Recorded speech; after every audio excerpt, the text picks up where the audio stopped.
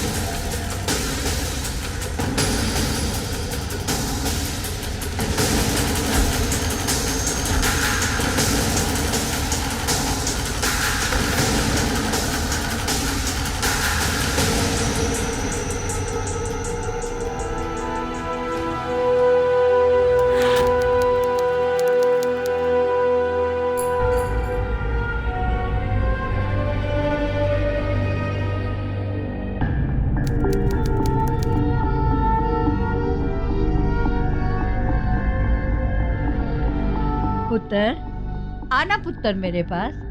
इतना डर मत। अरे मैं तेरी दादी हूँ। मैं नहीं बोलूंगी, तुम बोलो। अच्छा ठीक है ठीक है, बोलती हूँ। I love you. बचाओ, पागल दादी ने मेरे को पकड़ लिया। बचाओ बचाओ बचाओ, संभाल। अरे पुत्र, डर मत। छोड़ो, डराओगी बच्चे को? मैं इसकी दादी हूँ, मैं इसे क्यों डराऊंगी भला? रहने दीजिए मम्मी जी, मुझे पता है इनकी प्रॉब्लम क्या है। अब चेची पिछले 1 साल से जॉब का बहाना बनाकर दुबई बैठे हैं, ना इनकी खबर लेते हैं और ना अपनी देते हैं। तो बस इसी बात का फ्रस्ट्रेशन लेकर हम सब पर मैड होती रहती हैं। अच्छा, तेरा पति कुत्तू से कौन सा चिपके बैठा रहता है? वो भी तो जाता है 1 महीने के लिए बाहर टूर पर। देखो, तुझसे मेरी बात तो ना ही करो। मेरे हस्बैंड मेरी नीड्स का ख्याल रखते हैं और मैं उनकी। बस यही तो चाहिए होता है ना एक हैप्पी मैरिज के लिए। चलो संभव।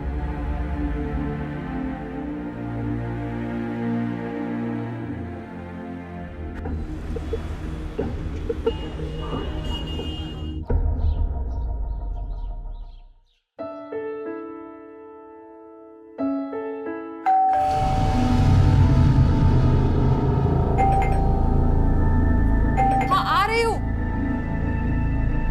आओ आओ। हाँ, नहीं नहीं यार, इस बारी का ट्रिप तो बहुत सक्सेसफुल रहा, सब कुछ अच्छा रहा। बल्कि इस बारी ना वो डिस्ट्रीब्यूटर्स ने कोई हमें नेगेटिव रिस्पांस नहीं दिया। अरे सारा कुछ अचीव हो गया यार। और वो जो टारगेट्स है ना, मैं तेको बता रहा हूँ कि साल से पहले अचीव हो जाएंगे, सारे टारगेट्स हो जाएंगे। हाँ तू चिंता मत कर यार, एवरीथिंग विल बी सॉर्टेड। हाँ हाँ चल, मैं रखता हूँ, फ़ोन रखता हूँ, ठीक है? Okay okay okay bye.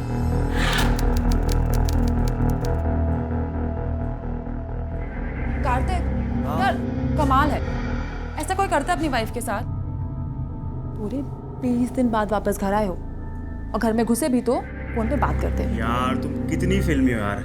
मैं कोई बॉलीवुड एक्टर नहीं हूँ जो अपनी हीरोइन के साथ रोमांस करता फिरे। बहुत काम करने पड़ते हैं मुझे, जिंदगी में बड़ी मेहनत करनी पड़ती है कुछ करने के लिए। पर सब लोग मैनेज तो करते हैं ना कार्तिक। यार मुझे बहुत भूख लगी है, कोमल प्लीज़ कुछ खाने के लगाना। मैं अभी आ रहा हूँ फ्रेश होके। ओके।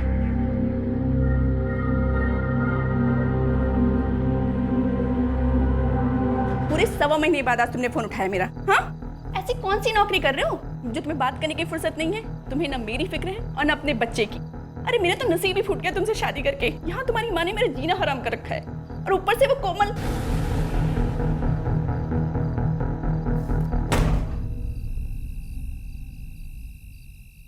यार ये भैया भाभी का मुझे कुछ समझ नहीं आता।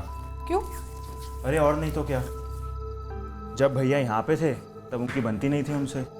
अब जब भैया दुबई में हैं तब भी बार बार उन्हें फ़ोन करते रहती हैं, परेशान करती है। कोई चैन नहीं है उनकी ज़िंदगी में यार। पूरी की पूरी उनकी ज़िंदगी नर्क बना दिया। मैं बहुत परेशान हूँ उनके लिए। कार्तिक छोड़ो ना, हमें क्या। और वैसे भी इतने दिनों बाद घर वापस आए हो, मैं तुम्हारी वाइफ हूँ, ब्यूटीफुल हूँ और तुम्हारे सामने हूँ, पर नहीं, तुम्हें तो अपने भैया भाभी की पड़ी। ऐसा क्यों? I am so sorry. मुझे तुम आज सच में बहुत ब्यूटीफुल लग रही हो।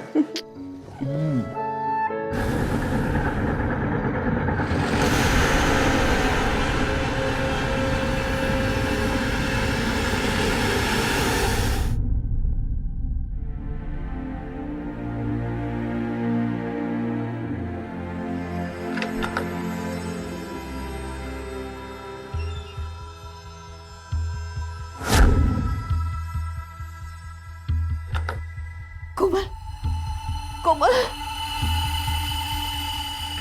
कोमल अभी कोमल कोमल कोमल कोमल फिर शुरू हो गई यार। कोमल कोमल आए मम्मी जी। मम्मी जी,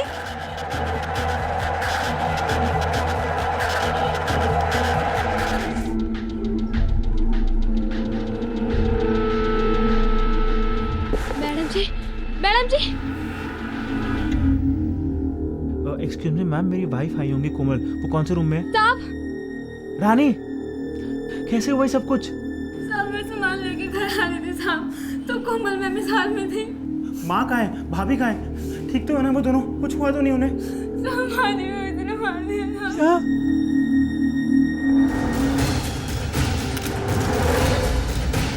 सर एक अंगूठी गायब हुई। सिर्फ एक अंगूठी और कुछ भी नहीं? नहीं और कुछ नहीं, माँ जी की अंगूठी थी, 2 लाख की थी, पर ज़्यादातर मेरी कबर्ड में रहती थी। सर, दरवाजे पे कोई फोर्स्ड एंट्री का निशान नहीं है। पोस्ट एंट्री के निशान नहीं है, लेकिन हॉल का सामान जिस तरह से बिखरा हुआ है, इरादा रॉबरी का ही लगता है। ताज्जुब की बात यह है कि सिर्फ एक अंगूठी चोरी हुई है और अनीता का कमरा भी बिल्कुल सही सलामत है। तो सर, जिस तरह दिन दहाड़े ये सब कुछ हुआ है, लगता है कि जिसने भी ये किया है उसे पहले से पता था घर में सिर्फ 2 औरतें। इनकी मेड ने कुछ बताया? सर, वो आधे दिन की छुट्टी पे थी। जब वो लौटी तो उसने कोमल को जख्मी हालत में पाया। आने वाले ने भी कोई जोर ज़बरदस्ती नहीं की है, लगता है किसी ने मदद की है उसकी, या फिर उसने डुप्लीकेट चाबी की मदद ली है। और जिस तरह से सिर्फ हॉल का ही सामान बिखरा हुआ है, लगता है उसने हमें गुमराह करने की कोशिश की है। ऐसा करो, घर वालों से पूछताछ करो, ड्राइवर से, मेड से, आसपास के दुकान वालों से भी। सर,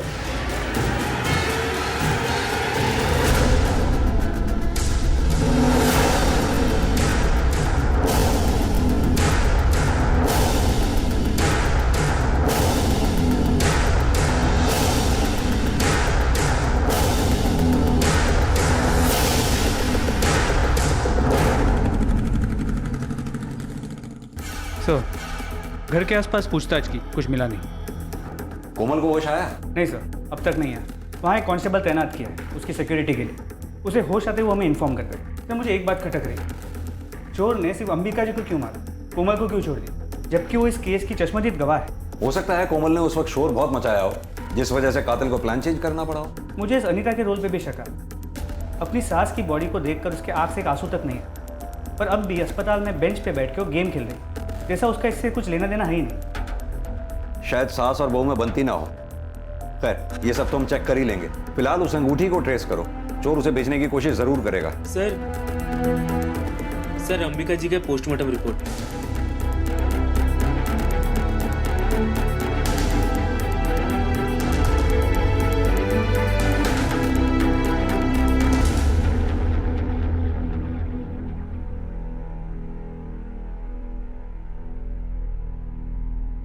कार्तिक, कोमल, कैसा फील कर रही हो अब? मम्मी जी, कार्तिक, मम्मी जी कहाँ है? मम्मी जी नहीं रही।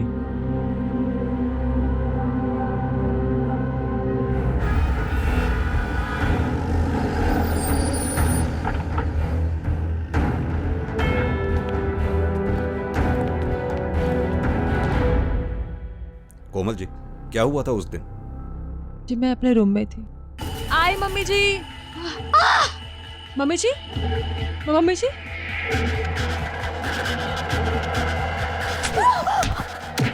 कोमल जी, कुछ भी ऐसी बात जो आपने उस हत्यारे के बारे में नोटिस की हो? मसलन उसका रंग कैसा था, उसका कद कैसा था, कोई शरीर पे चोट का निशान था, कुछ भी? वो एवरेज हाइट का था। उसने चेहरे पे मास्क डाला हुआ था और शायद काले रंग का था।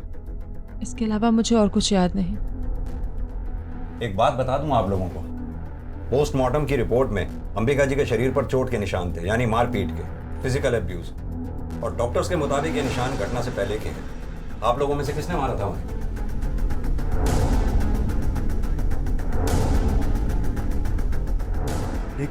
लेकिन ऐसा कैसे हो सकता है? रानी हमारी मेड उनका पूरा ख्याल रखती थी, खाना खिलाने से लेके नहलाने तक सब कुछ। मुझे नहीं पता था मेरी घर में मेरी माँ के साथ ऐसा व्यवहार हो रहा है। लेकिन ऐसा भी कैसे हो सकता है? आप लोगों की माँ थी, आप लोगों ने निशान ही नहीं नोटिस किए उनके? शायद बेड से गिर गई होंगी। आपने ठीक से सुना नहीं मैडम, मैंने क्या कहा? उनके शरीर पर मारपीट के निशान थे। बाय द वे, आपके पति कहाँ हैं? वो नहीं दिखाई दिया हमें जब से ये घटना घटी है। जी वो दुबई में जॉब करते हैं, खबर कर दी है।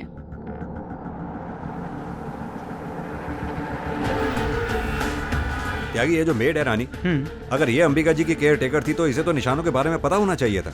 पर हादसे के बाद सबसे पहले घर में वही आई थी। एक काम करो, इस रानी को बुलवाओ और इस ड्राइवर से भी जरा पूछताछ करो, क्योंकि उसका इनके घर में बहुत आना जाना था। हो सकता है शायद उससे कुछ पता चले। तुझे तो अंबिका जी की देखभाल के लिए रखा गया था, फिर क्यों मारा करती थी उन्हें? मैंने नहीं मारा साहब उनको।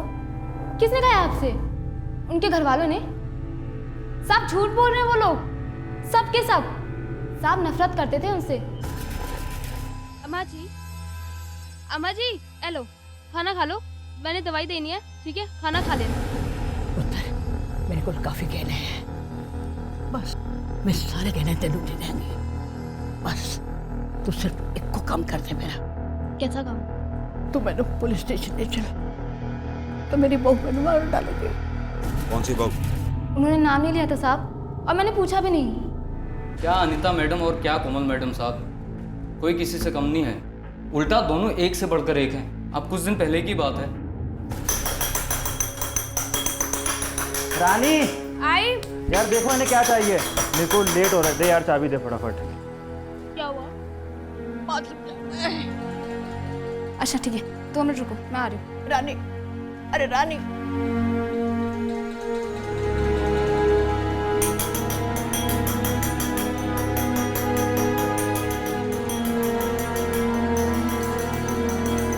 आ रही हूँ।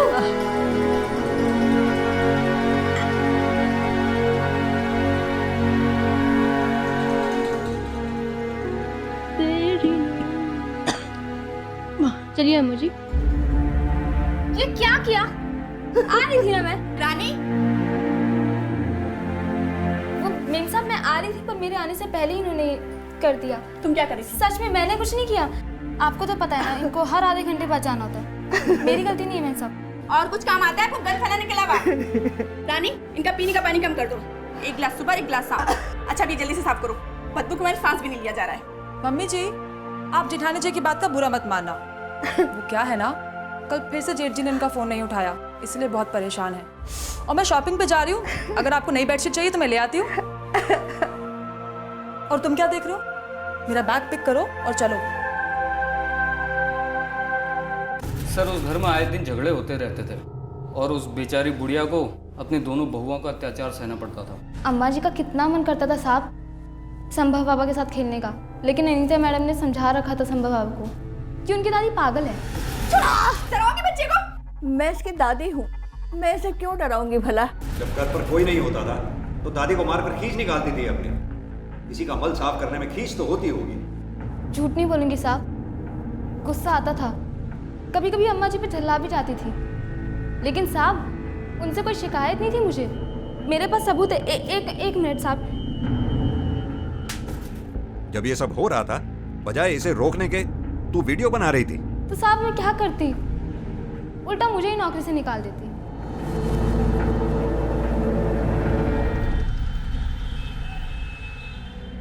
हद होती है लापरवाही की। मेरी माँ को हर रोज कोई मारता था, उन्हें पीटता था, और तुम घर में होने के बावजूद तुमने कभी ध्यान नहीं दिया। अगर इतना ही ख्याल था उनका तो खुद क्यों नहीं बात करते थे उनसे? उनका हालचाल तक तो पूछने का टाइम था नहीं तुम्हारे पास। और सारा इल्ज़ाम मुझ पे लगा रहे हैं। कार्तिक देखो, जो हुआ अच्छा नहीं हुआ, पर हम उसे चेंज तो नहीं कर सकते ना। And I love you, and please ये गुस्सा थूक दो प्लीज। चलो तुम रेस्ट करो, थोड़ा सा पानी पियो, और मैं डॉक्टर से पूछता हूँ, तुम्हारे डिस्चार्ज की बात करता हूँ। It's all okay. हाँ, तो हम कल तक डिस्चार्ज कर दें उसको। Don't worry. कार्तिक, भैया एक्सक्यूज मी, ये सब क्या हो गया? कुछ पता चला किसने किया ये? नहीं भैया, कोई इन्फॉर्मेशन नहीं है, अभी तो इन्वेस्टिगेशन जारी है, अभी कुछ पता नहीं चला। फ्लाइट नहीं मिली इसलिए देर हो गई आने में मुझको। लाइट नहीं मिली? कोमल कैसी है? ठीक तो है वो अब? उसको ठीक होने में टाइम लगेगा, लेकिन डॉक्टर्स कह रहे हैं कि कल तक डिस्चार्ज मिल जाएगा। चलो भगवान का शुक्र है, तू चिंता मत कर, सब कुछ ठीक हो जाएगा। भैया मुझे कुछ पेपर साइन करने हैं, मैं अभी आता हूँ, अब यहीं रहना। ठीक, चिंता मत कर, मैं हूँ कोमल के पास। अच्छा, कोमल की बहुत फिक्र है तुम्हें? कभी अपनी बीबी की भी फिक्र की? वैसे तो तुम्हारी कंपनी 1 साल से छुट्टी नहीं दे रही थी, आज दे दी? ताना मत दे मुझे, इतना बड़ा हादसा हो गया इसलिए यहाँ पर आया। पूरी माँ का मरना इतना बड़ा हादसा हो गया, अब बीबी का रोज रोज मरना वो नहीं दिखता? तेरा दिमाग खराब हो गया, जगह तो देख ले।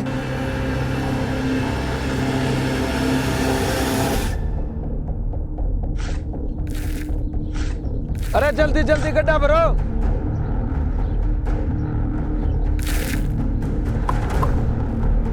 अरे ठेकेदार साहब जल्दी आओ, भाग के किसी का हाथ पड़ा हुआ है।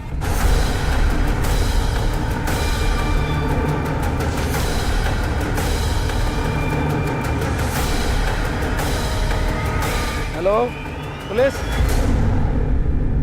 क्यों नहीं अच्छे? क्यों अच्छे? जब देखो कुछ ना कुछ। हाँ, मारा था मैंने, आ गया था गुस्सा। घर का सारा काम अकेले करो, ऊपर से अपने बच्चे को अकेले संभालो, ऊपर से वो इतना परेशान करती थी। छूट गया कंट्रोल उस दिन। तो जैसे आप गुस्से में उन्हें मारा करती थी, ऐसे ही गुस्से में मारने का प्लान बना दिया होगा। अरे आपको क्या लगता है सिर्फ मैं अकेली थी जो उनको मारती थी? वो कोमल के दूध की धुली हुई है। आपकी फैमिली में गिरने में किसी ने भी कोई हद नहीं छोड़ी, लेकिन सबूत तो हमें सिर्फ आपके खिलाफ मिला है। ये वीडियो। मैंने नहीं मारा उन्हें। कोमल के मुताबिक घटना वाले दिन कोमल ने अंबिका जी को बचाने की कोशिश की थी। वहीं अनीता का यह कहना है कि कोमल भी अपनी सास से कम नफरत नहीं करती थी। अब सवाल यह उठता है कि कोमल ने जो हमें कहानी सुनाई वो कहीं झूठी तो नहीं? सर, ये अमृत और कार्तिक दोनों घर के बेटे हैं, और दोनों को ये नहीं पता कि घर में क्या चल रहा है। ऐसा कैसे हो सकता है? अमृत तो चलो दुबई में काम कर, लेकिन कार्तिक तो उसी घर में रहता है। वहीं उस अंगूठी के बारे में कुछ पता चला? नहीं सर, लेकिन हमारे खबरी नजर रखे हुए हैं, लेकिन किसी ने भी उसे बेचने की कोशिश नहीं की है। हो सकता है कि केस ठंडा होने का वेट कर रहे हो। इन सब में से किसी पे भी भरोसा नहीं किया जा सकता। सबको एक दूसरे से कोई ना कोई प्रॉब्लम है। एक काम करो, इन सबके कॉल रिकॉर्ड्स निकलवाओ, पता करो कि घटना वाले दिन कौन किस वक्त क्या कर रहा था। सर, वीडियो देखी हमने, आप माँ को मारती थी। हिम्मत कैसे हुई आपको मेरी माँ को मारने की? समझती क्या अपने आप को आप है? मेरी माँ थी वो। मन करता है तुम्हारे हाथ पैर मैं यही तोड़ डालूं। मुझे तो यकीन नहीं आ रहा कि तूने शर्म आ रही कि तुझ जैसे औरत से शादी की मैंने। अच्छा, अब भी मुझ पे शर्म आ रही है, खुद पर नहीं, जो बीवी बच्चे की जिम्मेदारी छोड़ के दुबई जा बैठे। देख, बकवास मत कर। मेरी छोड़ो और अपनी कहो। तुम्हें तो पता था ना तुम्हारी माँ बूढ़ी है, लाचार है, फिर क्यों जाके दुबई बैठ गई? और तू कार्तिक, तेरा मन मेरा हाथ तोड़ने का कर रहा है। कभी अपने हाथों से उनकी गंदगी साफ की? खाली पैर छूने से प्यार नहीं होता है। कभी उनके पास बैठ के 2 मिनट बातें भी की? बड़ा आया मेरा हाथ तोड़ने वाला। सर, कार्तिक के कॉल रिकॉर्ड से कुछ डाउटफुल नहीं मिला। हादसे के वक्त वो ऑफिस में था, मैंने ऑफिस से कंफर्म किया। कोमल के कॉल रिकॉर्ड्स भी क्लीन है, लेकिन अनीता के कॉल रिकॉर्ड से एक इंटरेस्टिंग बात पता चली है। पिछले कुछ दिनों से एक नंबर से लगातार बातचीत कर रही थी। ये नंबर किसी दिनेश के नाम पर रजिस्टर। हमने टेलीकॉम ऑपरेटर से दिनेश का एड्रेस लेकर उसके घर गए थे, लेकिन उसका घर लॉक्ड है। शायद वो शहर के बाहर है। ऐसा करो, अपना एक आदमी प्लेन क्लोथ्स में उसके घर के बाहर 24 घंटे के लिए खड़ा कर दो। जी सर। दिनेश के घर की तरफ। ये दिनेश कौन है? अनीता जी, मैं आपसे पूछ रहा हूं, ये दिनेश कौन है? दिनेश दोस्त है मेरा। अच्छा, तो ये दोस्ती की शुरुआत कब हुई, जरा बताएंगी? वैसे ये दिनेश वही आदमी है ना जिसे आपने अंबिका जी को मारने के लिए हायर किया था?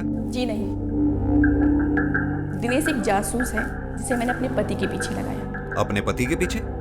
क्यों? मेरा रिलेशन खत्म हो चुका था। जब अमृत यहाँ थे तब भी उनके पास मेरे लिए वक्त ही नहीं होता था, इसलिए मैंने अपने ऊपर ध्यान देना ही छोड़ दिया। सजना संवरना इन सब बातों में मन ही नहीं लगता था। लेकिन मन में एक उम्मीद थी कि इस बार जब अमृत वापस आएंगे तो फिर से एक कोशिश करूँगी अपने रिश्ते को सही करने की। एक दिन उनके बैंक का स्टेटमेंट आया, तब मुझे पता चला कि वो दिल्ली के एटीएम से पैसे निकाल रहे हैं। तो यानी वो दुबई में नहीं थे, दिल्ली में थे? और मुझे यकीन था कि जरूर उनका किसी और के साथ चक्कर चल रहा है, और अपने यकीन को पक्का करने के लिए ही मैंने दिनेश को उनके पीछे लगाया। तो क्या बताया दिनेश ने? कुछ नहीं, जब भी पूछो यही बताता है कि पता लगा रहा हूँ, बताऊँगा। और यहाँ तक कि मम्मी की मौत के बाद भी जब अमृत वापस आए तब भी उन्होंने मुझसे झूठ बोला, और उनकी इन्हीं हरकतों की वजह से मेरे मन में नफरत भर गई सबके लिए, और इसीलिए मैंने मम्मी जी के साथ भी। अनीता जी, अपनी गलती छुपाने के लिए आप अपनी बेचारगी की आड़ मत लीजिए। आपका और आपके पति के बीच में जो कुछ भी होता था वो आपका पर्सनल मैटर था, इसमें अंबिका जी हरगिज़ जिम्मेदार नहीं थी।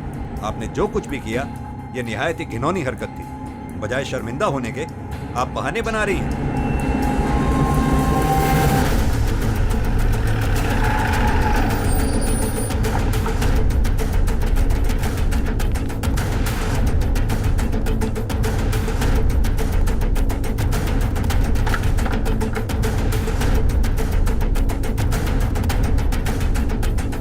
त्यागी, सर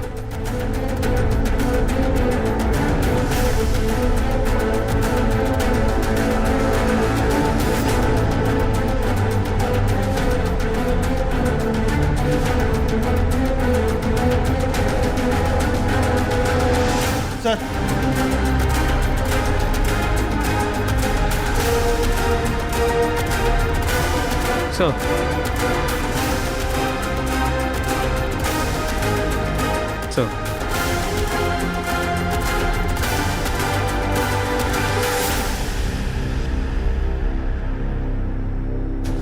त्यागी, इस मांस के टुकड़े को देखकर तो ऐसे ही लगता है कि किसी को बड़ी बेरहमी से मारा गया है। हालांकि सबूत मिटाने की कोशिश की गई है पर कामयाब नहीं हो पाया वो। लगता तो ऐसा ही है सर। कुछ दिनों पहले यमुना किनारे रेत में दबे मेल बॉडी के कुछ पार्ट्स मिले, सिर्फ कुछ पार्ट्स थे, सर नहीं था। तो बॉडी आइडेंटिफाई नहीं हो पाई। सर, इस मांस के टुकड़े का डीएनए उस बॉडी के डीएनए से मैच किया जाए? बिल्कुल, गो अहेड सर।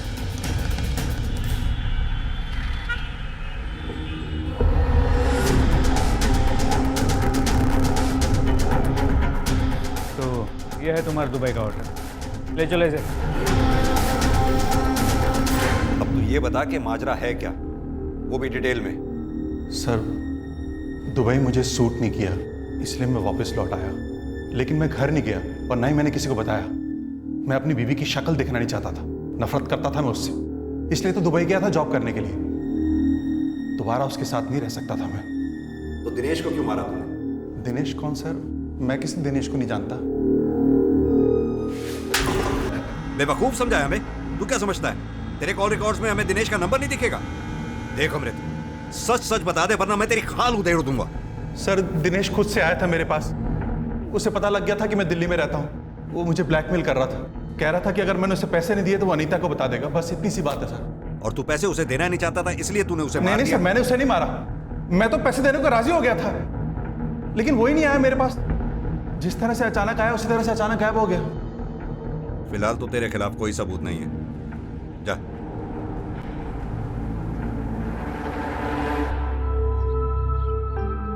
तबीयत कैसी है अब तुम्हारी? Feeling any better? आराम से आराम से। भाभी कहाँ हैं? पता नहीं, काफी देर से नहीं दिखे। मैंने उन्हें कहा था कि तुम्हें ना छोड़ के जाए। अरे यार रुको, एक मिनट रुको, तुम आराम से बैठो, मैं देख के आता हूँ।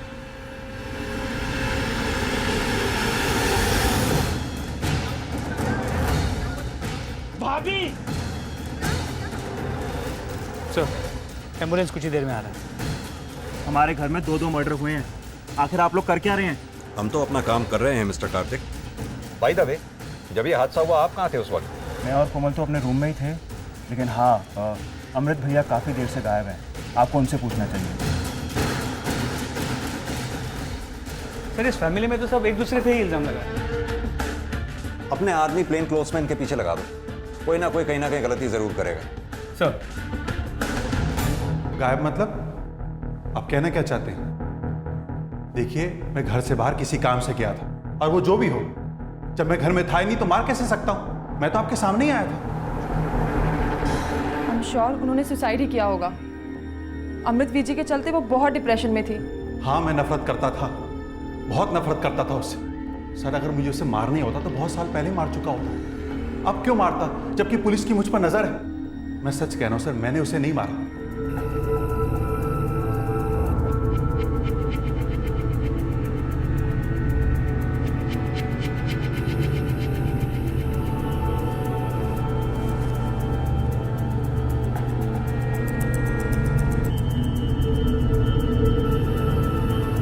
Hello sir.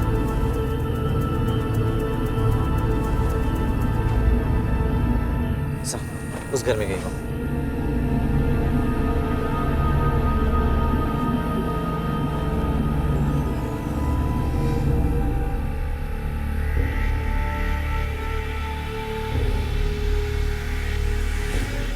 यह है कौन? सर चलिए। नहीं, मुझे देखना है वो कहाँ जा रहा है।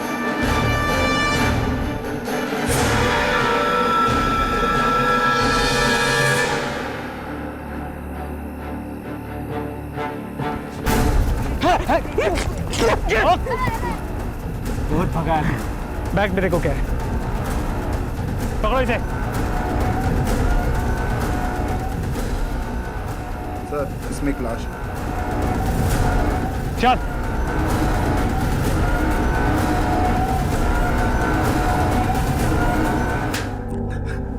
कोमल के कहने पे प्यार करते थे हम एक दूसरे से।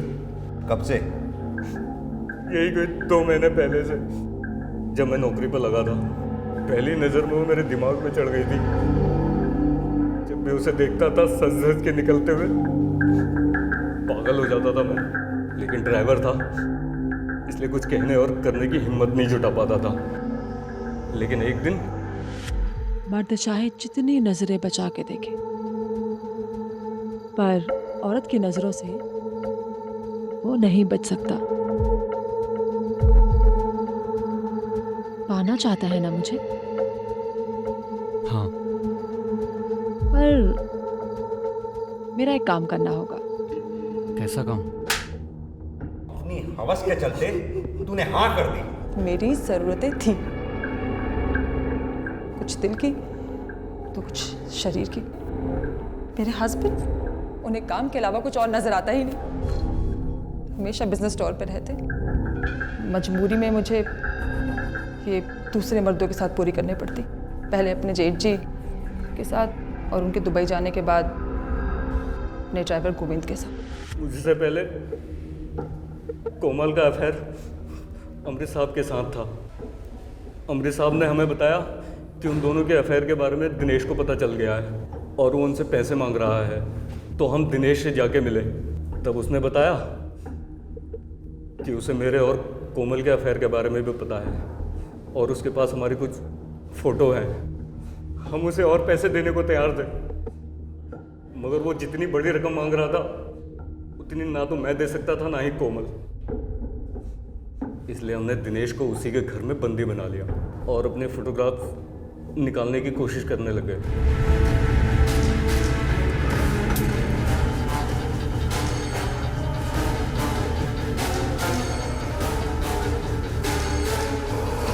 उसने हमें वो सारी फोटोग्राफ्स वापस दे दी।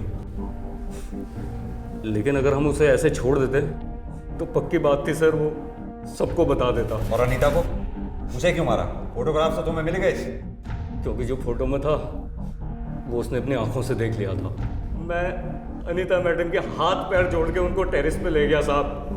बहुत मनाने की कोशिश की उनको कि अपना मुंह बंद रखे, मगर वो नहीं मानी। मैं तो कब से मौका ढूंढ रही थी उस चुड़ैल को सबक सिखाने का। अब इस मोहल्ले वाले के सामने चिल्ला चिल्ला के बताऊंगी कितनी बड़ी सती सावित्री है वो। मैं माफ करो। छोड़ो मुझे, प्लीज। छोड़ो मुझे।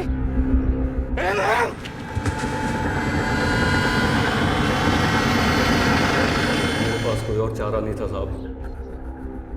अंबिका जी को किसने मारा था, तूने या कोमल ने, और क्यों? तुम्हारे क्राइम पार्टनर गोविंद ने अपना मुंह खोल दिया।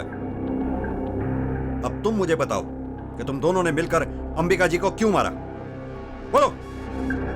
क्योंकि उन्हें मेरे और जेठ जी के बारे में पता चल चुका था, और उसके बाद गोविंद के बारे में भी। प्लीज ना किस। मुझे जान जाएगी। अरे बुढ़िया सोई है, दे दो।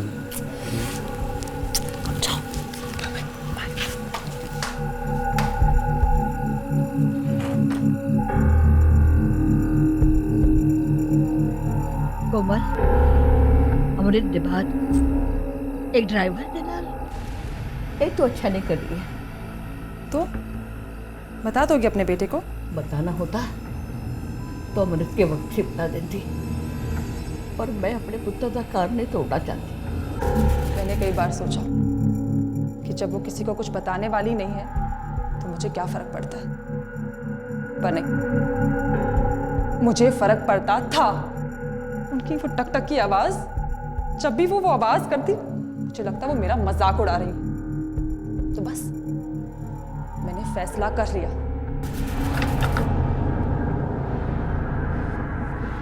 ये लो, इसे रखो। एक बूढ़ी औरत जो लाचार थी, बीमार थी, जिसे तुम सब ने इग्नोर कर दिया, वो टक टक तुम्हें डिस्टर्ब करने के लिए नहीं करती थी। वो आवाज इसलिए करती थी कि कोई उसके पास बैठे, 2 पल बात करे उससे। लेकिन तुम सबको इतना भी समझ में नहीं आया। अब आएगा, जब तुम अकेली जेल की 4 दीवारी में सड़ोगी और तुमसे कोई अपना बात करने वाला नहीं होगा, तब समझ में आएगा।